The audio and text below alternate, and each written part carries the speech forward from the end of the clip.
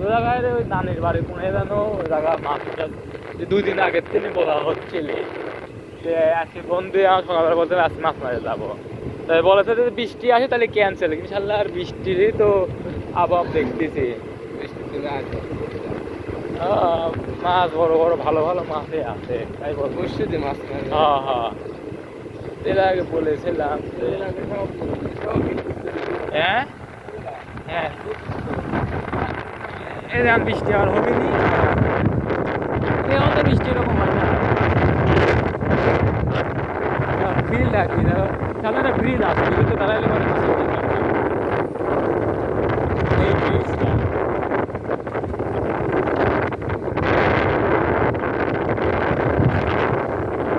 গাড়ি